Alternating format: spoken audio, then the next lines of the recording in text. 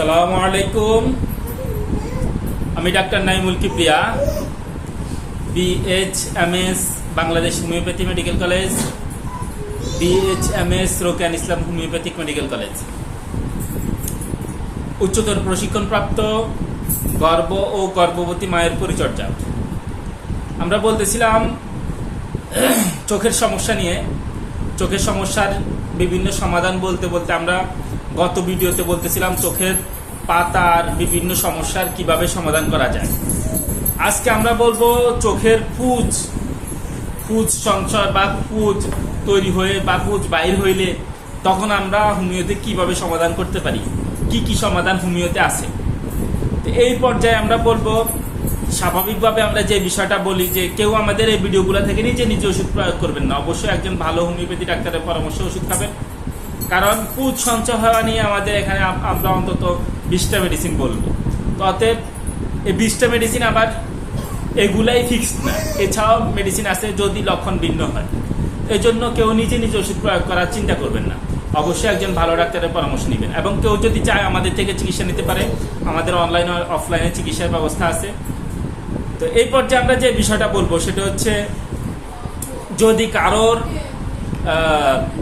চোখে একজিমা, চোখের পাতায় একজিমা হয় বা শরীরের কোনো জায়গায় একজিমা হয়, একজিমা হওয়ার পরে তার একজিমা ভালো হয়ে গেছে, ভালো হওয়ার পরে এখন তার চোখে অথবা কানে এই পুঁজ তৈরি হওয়া যদি ব্যাপার দেখা যায়, অর্থাৎ সহজ কথায় শরীরের কোনো জায়গায় একজিমা হওয়ার পরে যদি ওটা ভালো হয়ে যায়, তারপর চোখের মধ্যে অথবা কানের মধ্যে পুঁজ তৈরি হওয়া শুরু হয়, তখন আমরা সেখানে ম্যাজেরিয়াম মেডিসিনটার কথা চিন্তা করি।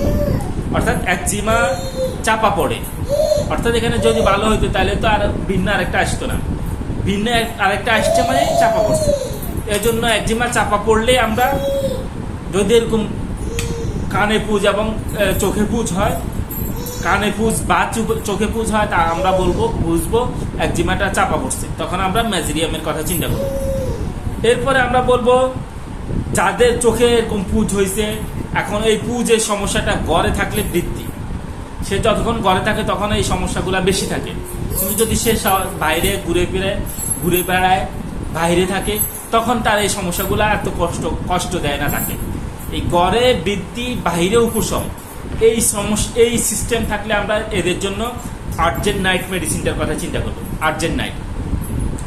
এরপরে আমরা বলবো যদি কারোর এমন হয় চোখের চারদিক ফুলে উঠছে এবং টাটানি ব্যথা, সাথে সাথে সবুজ মানে হালকা সবুজের মতো একটা দুর্গন্ধযুক্ত পুঁজ তৈরি হয়, অর্থাৎ সবুজ হালকা সবুজের মতো একটা পুঁজ তৈরি হচ্ছে, সাথে চোখের চারপাশ ফুলে গেছে এবং টানটানি ব্যথা মানে কেমন একটা স্নায়ুবিক ব্যথা, তখন আমরা এটার জন্য কেলি আয়ড মেডিসিনটার কথা চিন্তা করব, কেলি আয়ড।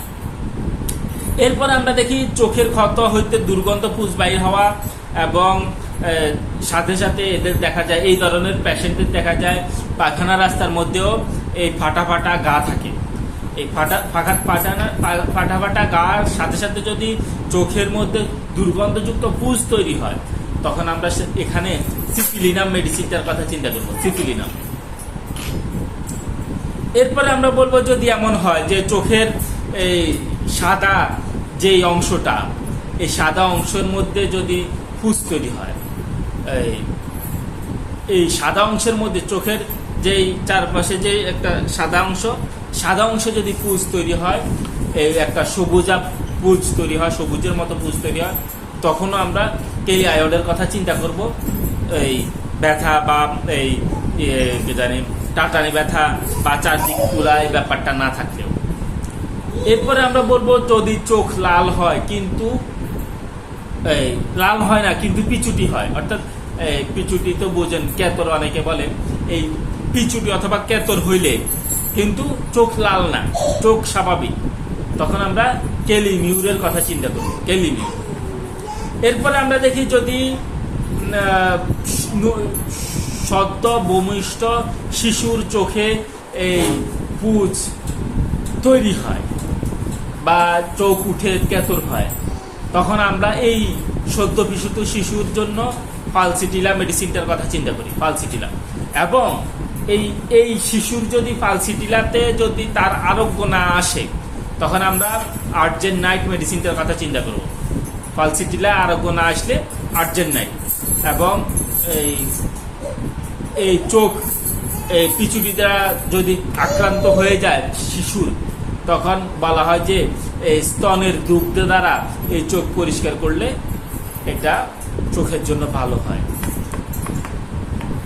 এরপরে আমরা বলবো যদি কারো জ্বালা যন্ত্রণাহীন প্রচুর পুজ এবং অশ্রু স্রাব হয়, অর্থাৎ জ্বালা যন্ত্রণা নাই কিন্তু তার অনেক পুজ হচ্ছে এবং অনেক চোখের পানি বাইর হচ্ছে, তখন এই সিস্টেমের জন্য আমরা ক্যালকেরিয়া সালফ মেডিসিনটার কথা চিন্তা করব। জ্বালা যন্ত্রণাহীন প্রচুর পুজ হইলে আমরা ফালসিটিলার কথা চিন্তা করব। ফালসিটিলা অর্থাৎ কোনো জ্বালা যন্ত্রণা নেই কিন্তু অনেক পুজ হচ্ছে, তখন আমরা ফালসিটিলার কথা চিন্তা করব। এই বলে আমরা আজকের মতো এখানে বিদায় নিচ্ছি। পরবর্তী ভিডিওতে বাকি বিষয় নিয়ে আলোচনা করব। সালামু আলাইকুম রহমতুল্লাহ।